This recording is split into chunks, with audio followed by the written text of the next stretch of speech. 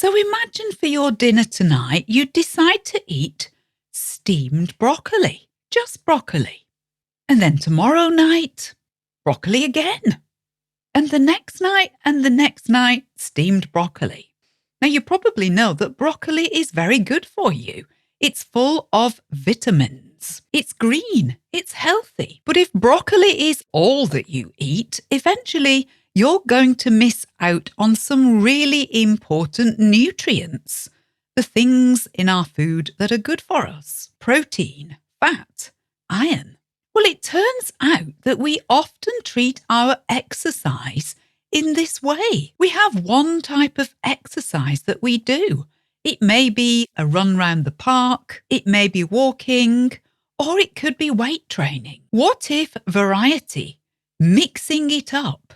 That's a phrasal verb, to mix up, meaning to vary or change things. What if mixing it up is actually the key to exercise that brings greater health benefits? Welcome, I'm Hilary, and this is an Adept English Learn Through Listening podcast. We're all about helping you learn to speak English naturally. Just me and you together, exploring today how to keep your body moving and your English improving at the same time. Today we'll talk about those weekend warriors who only do exercise at the weekend, only exercise on a Saturday and Sunday. For years, experts thought this was a bad idea. But I've got some surprising news for you on that today. First of all, more on that variety that you need in your exercise. So variety, that's variety. Variety means having a number of different things. It's the opposite of monotony. That's monotomy, monotony. That means having the same thing over and over again, like the broccoli for your dinner. And there's an English saying, variety is the spice of life. Lots of things are better if we have variety. And there is some new thinking here.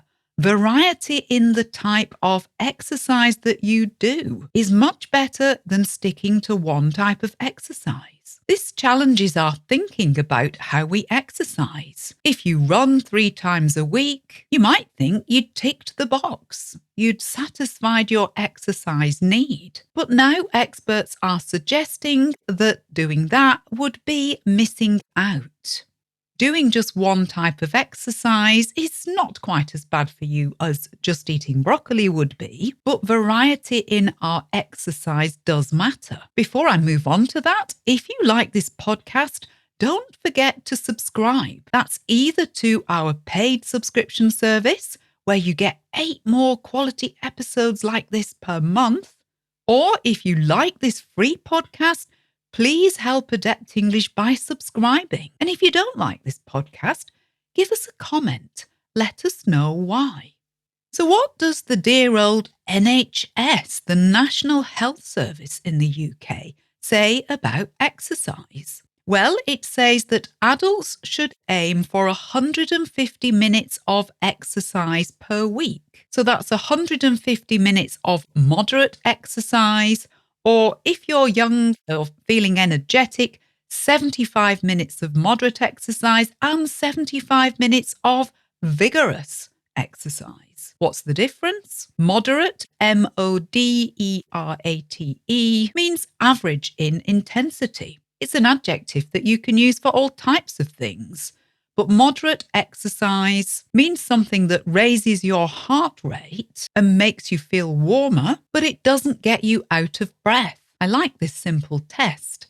If you're doing moderate exercise, you can talk, but you can't sing. Whereas vigorous exercise, you probably can't talk.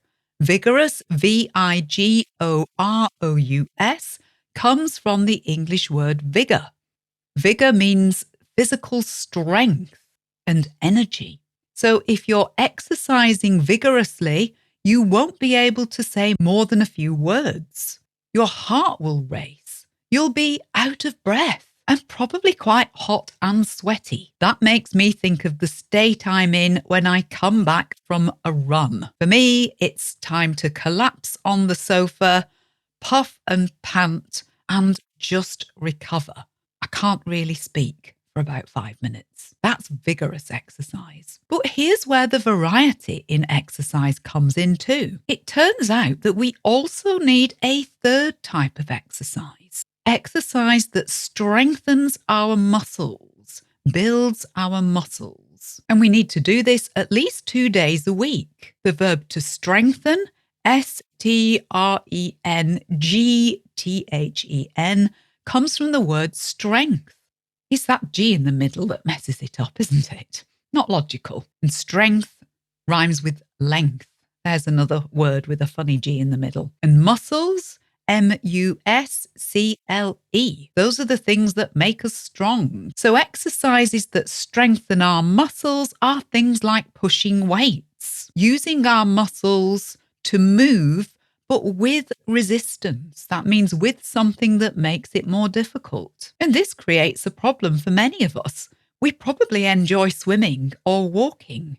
We might even like running, but lifting things, pushing heavy weights as our exercise, people aren't as keen on that. So this mix is important. We can't just run and walk.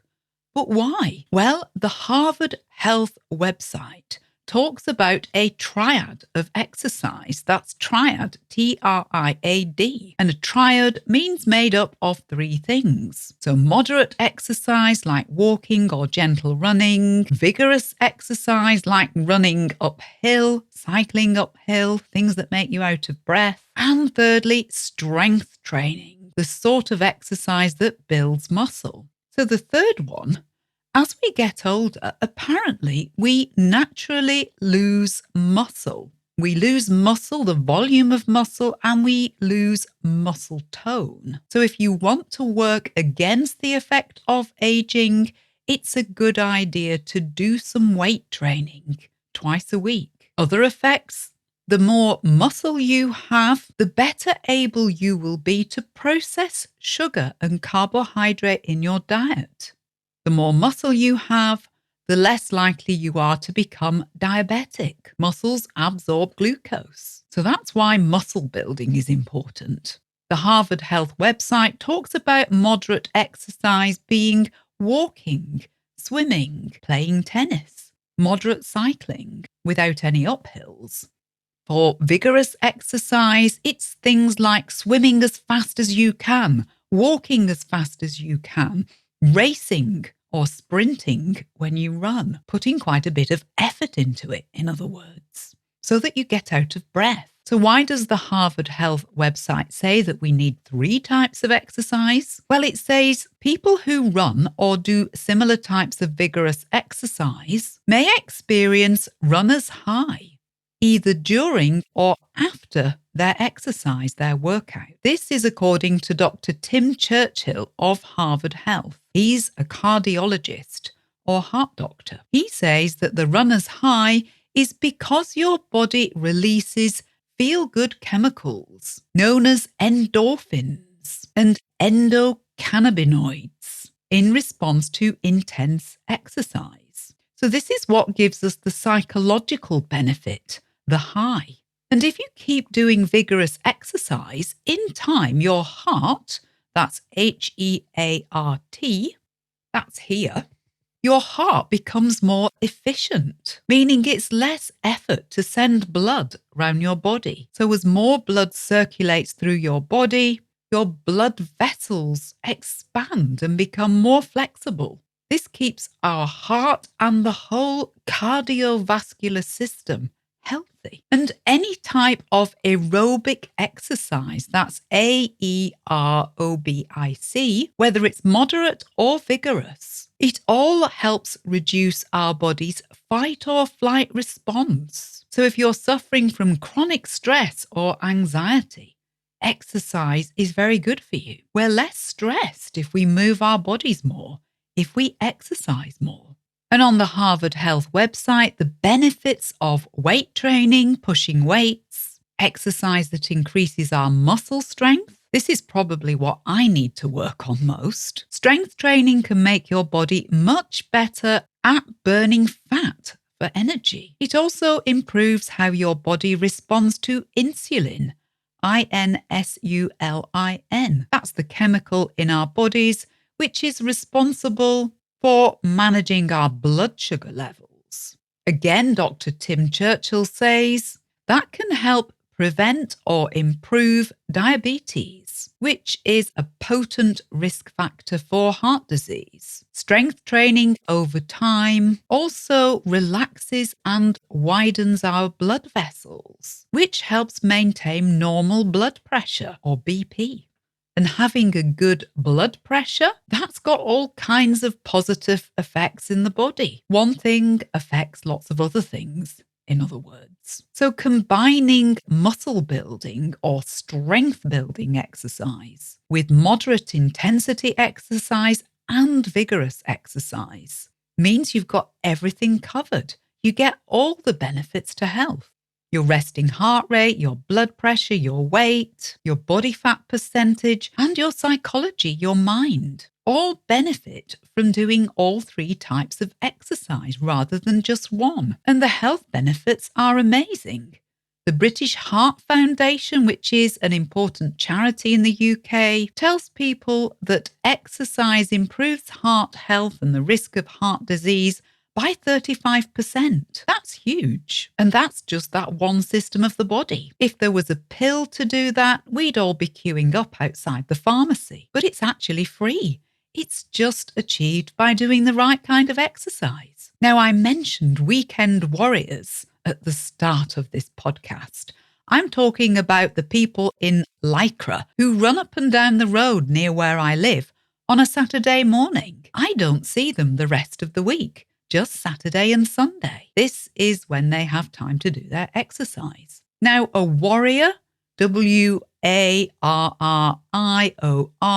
means a soldier or fighter. And a weekend warrior is a term for someone who is sedentary all week. Sedentary means you spend a lot of time sitting down, probably at your desk, probably at your computer for your work, and not moving very much. So some people in this situation only have time to exercise on a Saturday and a Sunday, weekend warriors.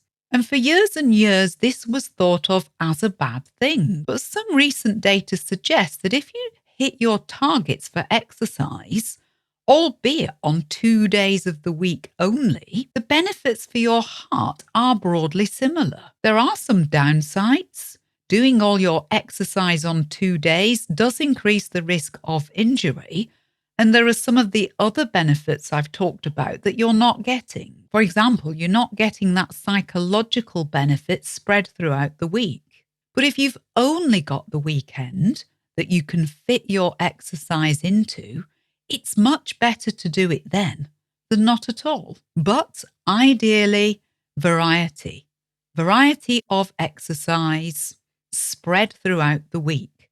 That's the best of all for our health. So the takeaway here, if you're a runner, try swimming. If you're a swimmer, try running. And if you walk, try to do more uphill so that you're actually out of breath and it's vigorous exercise. Remember, when you're out of breath and panting, that means breathing quickly, you might not like being in that state. But that is where some of the magic of exercise and its health benefits really happen. Don't forget our Adept English courses like the most common 500 words and Activate Your Listening really will make a difference to your English. Available on our website at adeptenglish.com. Just like exercise, listening to a variety of topics in English. Make sure that your language learning is thorough and flexible. Variety is best for your English conversation. Enough for now. Have a lovely day. Speak to you again soon. Goodbye.